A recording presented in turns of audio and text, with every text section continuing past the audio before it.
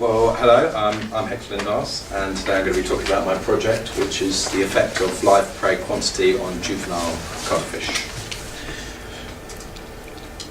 My hypothesis for this project is that when captive cuttlefish are given the optimal feed amount, they exhibit the maximum growth. And my null hypothesis is that cuttlefish growth has a stronger correlation to prey availability.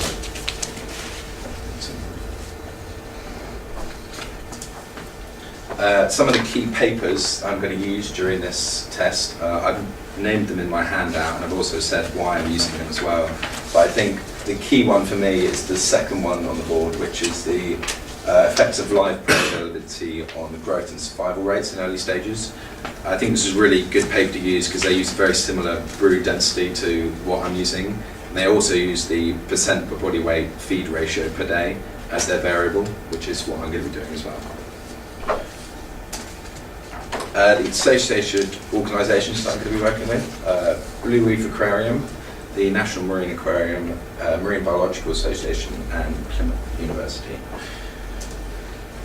The material and resources that I'm going to use, I'm using a 400 litre tank, and I'm going to have to use a separate tank which we're going to move them into our new laboratories with. And I'm also using filtration system and protein skimmer, and also a separate tank for our shrimp, which we've been catching from the beach and introducing into the tank system, which has got an air stone in it, and we're trying to keep that as good quality water as we can to make sure that still stays within the ethical right to them.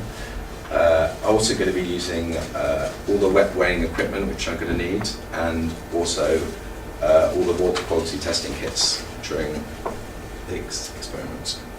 My methodology, I'm going to be using the 8 cuttlefish we have left, and I'm going to be separating them into 2 groups within the same tank system, so that they use the same water, so that the water quality doesn't affect either of the systems.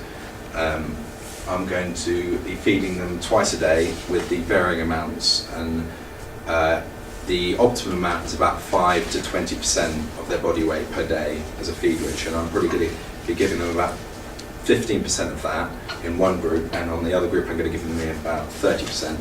So one group is going to have the optimal amount, and the other group is going to have the optimal amount plus more. So the food availability within the tank hopefully will, well, in my theory, they'll grow bigger, and because there's more food available at different times, not necessarily when you're feeding them.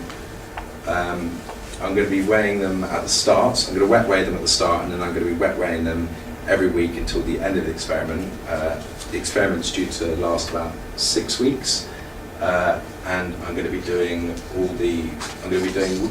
water quality tests twice a week to make sure that all the water quality parameters stay within check and we don't have an ammonia spike and they all die for some reason. Also going to be doing tri-weekly water changes of 20 litres.